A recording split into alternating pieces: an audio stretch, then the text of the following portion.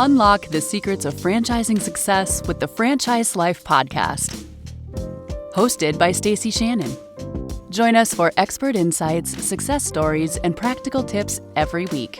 Subscribe now and take your franchise journey to the next level.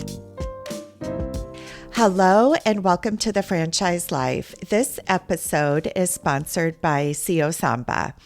Today, I have Jesse Coslov with me, who is the founder of the Dog Stop. Welcome, Jesse. Hi, thank you so much for having me. Super excited to be here. Yeah, my pleasure. All right. So I absolutely love dogs. I love the pet industry. I happen to have a mini golden doodle that is the center of my world since I have grown kids now, and he only gets the best by far. So I'm excited to dive into this brand with you. Just a little history. The Dog Stop was founded in 2009. You started franchising in 2014. You currently have 38 franchise locations up and running, but you have awarded over 75 territories throughout the United States. That is amazing. Congratulations. Thank you. Thank you very much. We're super excited about where we are and have a very bright future ahead of us with a lot of exciting new markets that we're going to be entering here in the next several months. So we love it, and thanks to lots of dog owners out there just like yourself who love their dog and like to spoil and treat their dog well. We're excited about all these new communities we'll get to serve. So let's start with a backstory. How did you come up with the idea of the Dog Stop? Sure. So, I always grew up with dogs in my home. Usually had at least two of them, and all throughout really middle school and high school, I would volunteer at animal rescue organizations, walking dogs and helping care, for the animals within the shelters. Then went off to college and got the first dog of my own. It was kind of a fraternity house dog, and it quickly I realized that my parents were right. I wasn't actually taking care of our dogs that I grew up with. They were. I was just playing with them. And now here I was as a 19-year-old, trying to figure out how to take care of myself. And I had a dog, and I had to figure out how to care for that dog. And one dog actually then relatively quickly became two dogs. And they had pretty diverse needs. One was very social. One was not social at all. One had had long hair and needed frequent grooming, and the other was very easy. I could just, throw it in the bathtub. One of them had allergies, and it was very difficult to find foods that agreed with it. One was very well behaved. The other was not so well behaved. So I found myself having to seek out all of these different types of dog care businesses to care for my two dogs, and being away from home, had somewhat limited resources of how I was going to do that. So looked all over the area. I went to school in Washington, D.C., so my search area was Washington, D.C., Northern Virginia, and Maryland. And I was able to find, a great groomer and a good boarding place for when I would travel, and a daycare and dog parks to exercise the dogs, and some obedience trainers, and retail stores that carried the specialty foods that I needed. But the problem was it was 5 or 6 different businesses and vendors that I had to patronize in order to take care of all my dog care needs. And I made it work, but it wasn't convenient for me. It wasn't great for the dogs because there were so many different situations and people and environments that they were being exposed to.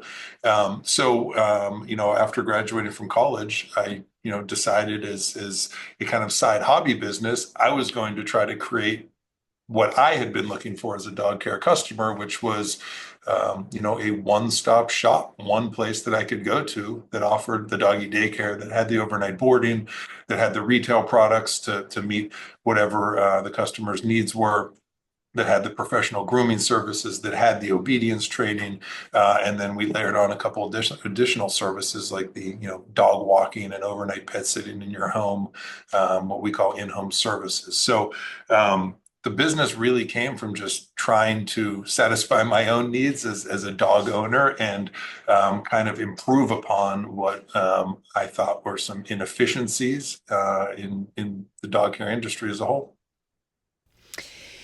How interesting. And that's really where some of the best ideas come from, right? Where you were trying to solve a need of your own and through that, in your experience, the Dog Stop is now a one-stop shop for any dog owner's needs, which is incredible.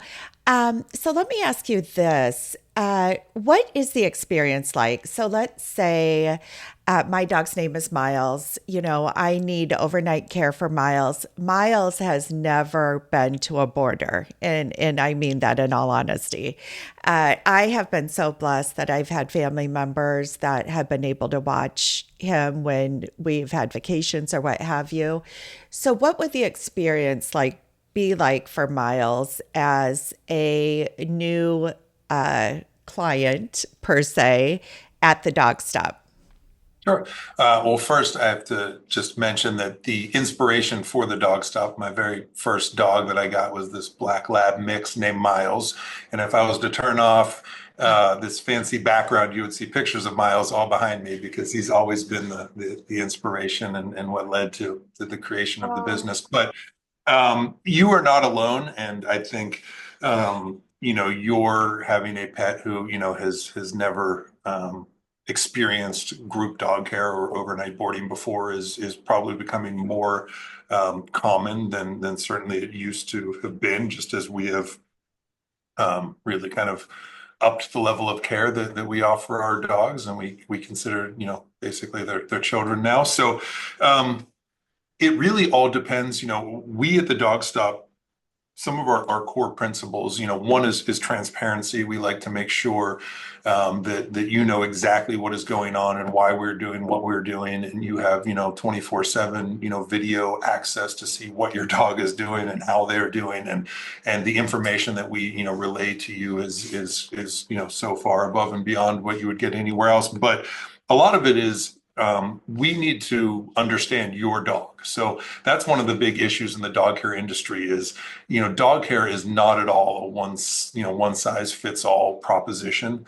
And I think a lot of people don't understand how wildly diverse the spectrum is when it comes to dogs, not only based on their sizes and their in the characteristics that have been bred in them based on years and years of breeding, but everybody's situation at home, how they live with their dog, how they treat their dog, how they interact with their dog, what they have exposed their dogs to, it is wildly different. And that all then puts the responsibility on us to try to really understand every individual dog. All of our competitors have a kind of unwritten policy, which is if you can't play, you can't stay, which means if your dog comes in for what they call a temperament test, we don't call it a temperament test because it has nothing to do with the temperament of the dog. We call it an interview. We are just trying to establish, what is the baseline for that dog, knowing that, hey, he or she has just been separated from the owner, and there's all these new sights and sounds and stimulations that are likely making it hard for us to establish the true baseline calm, normal behavior of that dog. So basically we are going to try to figure out are they social? Are there certain types of dogs they like to play with? Because, in an ideal situation, we would like for your dog to be able to participate in daycare while they board with us. We want them all day long to be able to run and play and get that both physical and mental stimulation that can only really happen, being part of that pack and interacting with all the other dogs who are appropriately sized and aged and fit well together. So assuming, through our process that we were able to identify that right group, then that's going to make the transition for Miles so much easier because he's going to be running around playing all day long, and then when it is time to go into his kennel at night, he's pretty exhausted both physically and mentally. And he's going to have, his bed and whatever supplies you provided from home, whether it's blankets or toys or favorite shoes. He's going to have his food and his water and his own space that will be, just for him for the night until, he wakes up and has breakfast and time to do all over again to play. So that is, kind of a scenario for a well-socialized dog who can participate in daycare. We recognize that probably 60+% of the dogs out there may not be well socialized and ready to adapt into a typical boarding situation. So we have a process for evaluating every dog and understanding what is right for that dog. And we have a whole program specifically developed for those dogs who are maybe a little less social. We call them our VIP dogs, which stands for very independent players, meaning that they are not probably going to thrive in that group setting. Maybe they do better with one or two other dogs. Maybe they're just better to be on their own. And in those circumstances, we have a routine and regimen set up where once every hour for between 5 and 10 minutes, they come out of their room and they have one-on-one interaction with a human. There's a variety of different games and exercises and enrichment activities that those dogs participate in. It could be, fetching a ball or a frisbee. It could be a puzzle. It could be, a variety of different really cool kind of enrichment-based activities that we provide for those dogs who aren't social. At the end of the day, we customize every individual experience to what that dog needs. And that's one of the big differentiators for us. We truly have something to offer every dog, not only because of that program, but also through the wide variety of services that we offer with the grooming and the retail and the training and everything else. I love the VIP, very independent player, right? I love that, how you've made it a very positive thing, even though it's a dog that may not thrive in a pack environment, right? We're here to celebrate every dog and help every dog owner be the best owner that they can be to their dog. And, people come to us because they need help in some area caring for their dog. Maybe it's all areas. And again, we recognize that every dog is different, and we need to meet every dog and dog owner where they are and provide whatever the level of care is that they're looking for. Yeah, absolutely. So when I work with clients, one of the top attributes that many individuals look for is multiple revenue streams, which, Jesse, you've touched on. You have a handful plus of different revenue streams, which is great. How does that break down if you have an idea, from the dog boarding to, say, the grooming or the retail? Kind of what are the top three revenue streams out of all of them that you offer? Yeah, no, it's a really good question. And when you look at the overall pie of all of our services, it is roughly about 40% of our revenues come from the overnight boarding, about 25% from the dog daycare, about 25% from the grooming, about 7% from the retail, and then that last 3.5% is where the training and the in-home services and some of those kind of out-of-facility services come in. So not only is it a really nice mix, and to your point, something that every aspiring franchisee or business owner should be very concerned with, which is a diverse revenue stream. Specifically within our industry, it really helps take the peaks and valleys out of what had traditionally been a very seasonal business model, and it makes for a much stronger and more stable business model.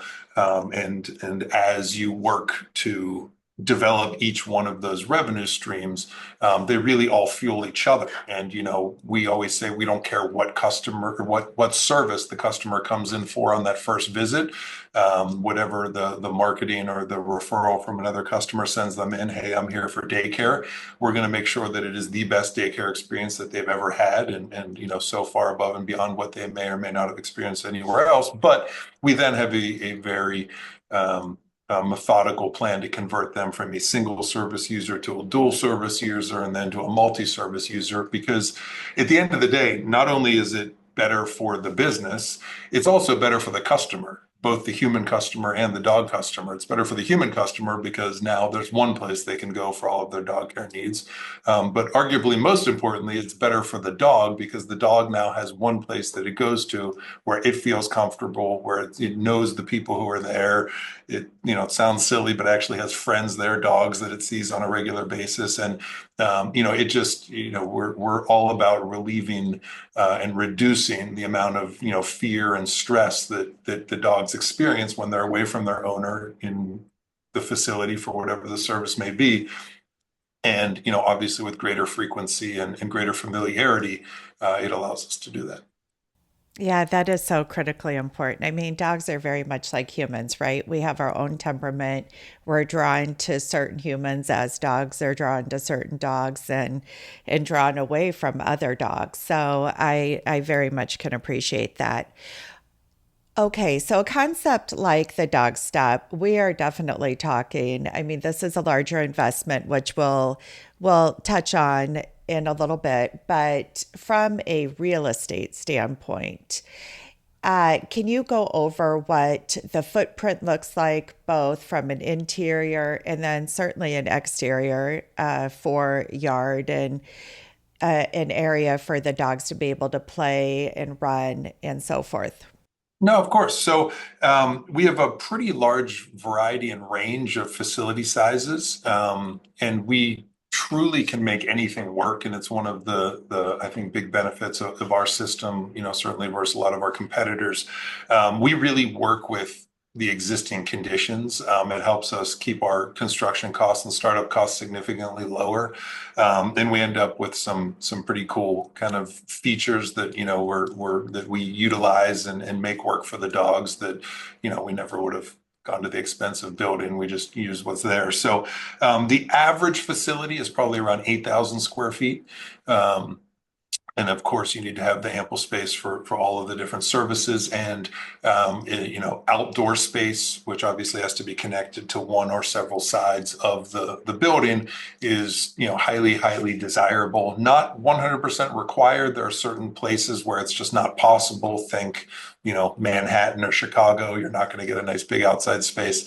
And in certain circumstances, zoning doesn't permit the outside play space, but it is something that, 95% of our facilities do have.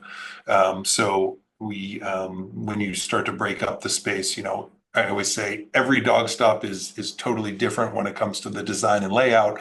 The one common similarity is that you're always going to walk into the retail reception area, typically about 750 to 1,000 square feet, that has, a nice wide selection of retail products, foods, toys, treats, accessories, and enough space for, proper reception and, busy high volume stores, 80, 90, 100 dogs coming and going every day, owners on their leashes, sometimes waiting for a few minutes. You need to have a nice amount of space to handle that type of volume. And then, what does this look like from an employee standpoint? And specifically, I'd like to look at it through the lens of a, say, semi-involved or semi-absentee owner, because I do think that this type of concept draws a lot of semi-absentee owners and also multi-unit owners. So, yeah, what does the breakdown of the employee and leadership model look like? No, absolutely. And it's interesting that you mentioned that. We have intentionally made a pivot over the last few years towards semi-absentee owners and multi-unit owners. We have found, while we have had owner operators who have been successful, we have seen much greater success in the semi-absentee kind of manage the manager model, which obviously is great and allows for people to have multiple units and scale the business quicker and really develop their market faster. The typical store, and I always like to preface this with a dog care business. It's not like a restaurant where in the third or fifth week you're going to hope to have every table full or every kennel full, and your business is rolling right at the start. There is a gradual ramp to this where you're starting with 20 or 30 dogs a day and then working up to 40 or 50, and hopefully by the end of the first year 70 to 80, and 18 months in 100, 120. So it takes a while to ramp up, but your employees ramp with the number of dogs that you have on a daily basis. So, when you're first opening up each individual shift, you're probably, have 3 employees working, maybe 4. And then as the business grows and matures, you eventually have 5 or 6 employees working each shift. But when you look at an overall store, you have your general manager, typically 2 assistant managers, one for the weekends, one, is the opener. And then the rest of the staff is going to be made up of hourly employees. A newer store, you're probably in the 12 to 14 total employee range. And as the store matures over time, you may cap out at 17 or 18 employees.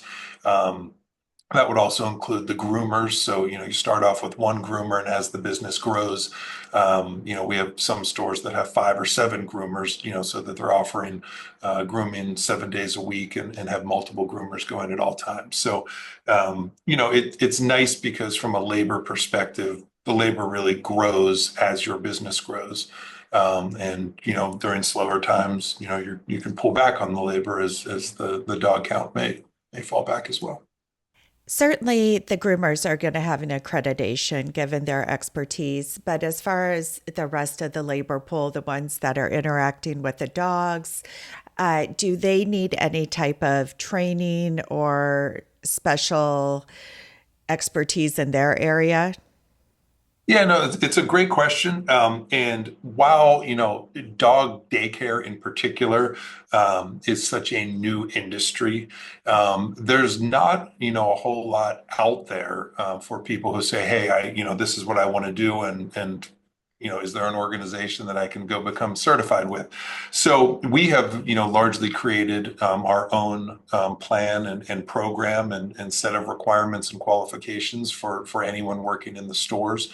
It starts with some more basic ones, like everybody, on the floor handling and working with dogs is both pet first aid and CPR certified to make sure that, God forbid something were, to go wrong, that people know exactly how to respond in those circumstances. And then we at the Dog Stop are also really proud and honored to be the first and only fear-free certified facility nationwide. So fear-free is a program that was originally developed more around vet practices, which was all about how do we remove all the fear and stress from veterinary facilities, which most dogs and animals in general don't love going to the vets. So there was this whole incredible program that was developed to remove the fear and stress from that interaction.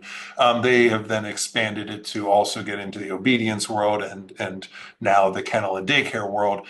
And we are the first and only fear-free certified system nationwide. So all of our franchisees and employees have to go through the training course to become fear-free certified pet care professionals before they're allowed to work with and interact with the dogs. How interesting. I have never heard of that, but what a differentiator for you and your system. Yeah, there's no doubt. It's one of those things that, wow, it's great to say that we're the first. Like so many things that we do, we're trying to improve upon and change the industry. And, this isn't one of those industry, secrets or secret sauce things that, I'm worried. Nothing would make me happier than seeing everybody in the industry follow suit and make sure that everybody becomes fear-free certified, because at the end of the day, we're all just trying to provide the best level of care we can for everyone's pets. Of course. Okay, so let's talk financials then. So this investment, based upon your 2024 FDD, total investment is between about 500, say 50,000 and around $1 million. As far as, and what I will say is your franchise fee I absolutely love how you've structured it, and is actually pretty affordable compared to other brands. Franchise fee for a single unit is $49.50, and then I believe, gosh, you're going to have to help me out here. Oh, for three locations is $119.5. Correct. That is pretty incredible. Yeah, I'm all about, having multi-unit operators in our system. Not only is it better for us as the franchisor, but it's better for the franchisees and developing a market, and it's just better for the brand. So we certainly want to incentivize those multi-unit operators who would like to come on and help us develop several territories or an entire market. Absolutely. Yeah, certainly from that initial franchise fee, it's impressive. All right, Jesse, what can you share with us from a item 19 standpoint as far as what franchise owners in your system are experiencing from an ROI standpoint? No, for sure. As you mentioned, startup costs somewhere between 500,000 and a million. Biggest variable there, obviously, is going to be the condition of the space that we're renovating. Some spaces we come in and it's needs very little. There's already good HVAC in place and very little electrical or plumbing is needed, and not too many walls to put up or take down. Versus, some others that become, more significant construction projects and that lead to the much higher startup costs. So, that is the number one variable, and obviously something that we take into account as we're going through our site selection process. So, when we're talking ROIs, I mean, our goal always, people always want to say, well, what's the break even? So I always like to think of break even in two different capacities. The first being on a cash basis, on a month to month, what is my break even point, on a monthly basis? We typically pro forma and target our franchisees to break even on a monthly basis, somewhere around the fifth or sixth month. That is what we target. We've had many that have done it much sooner. Some have done it in the very first month.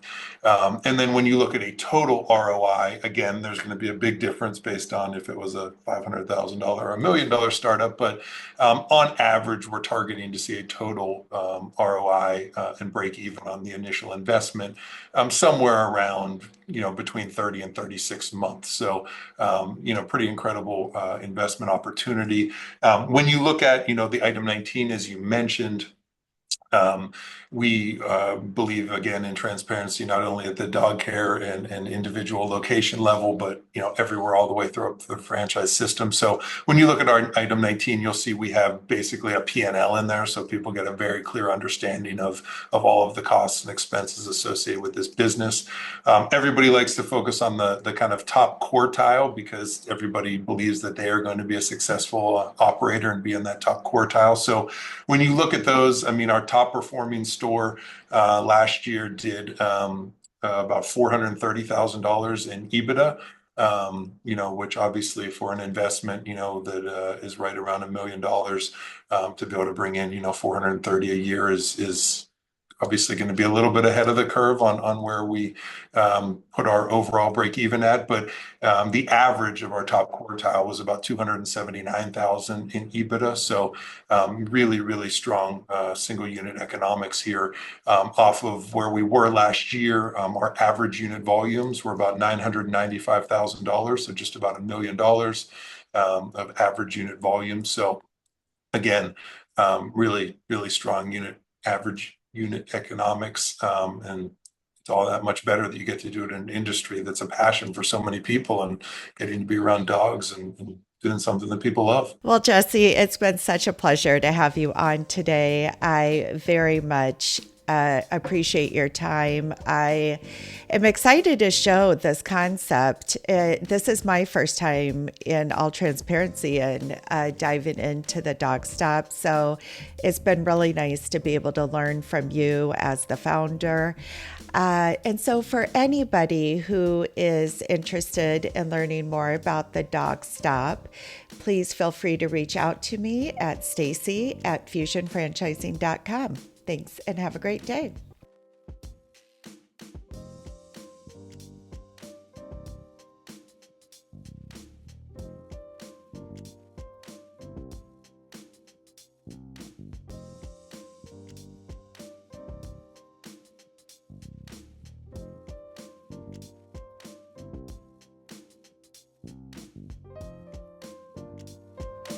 Thanks for listening. Subscribe for more on the franchise life.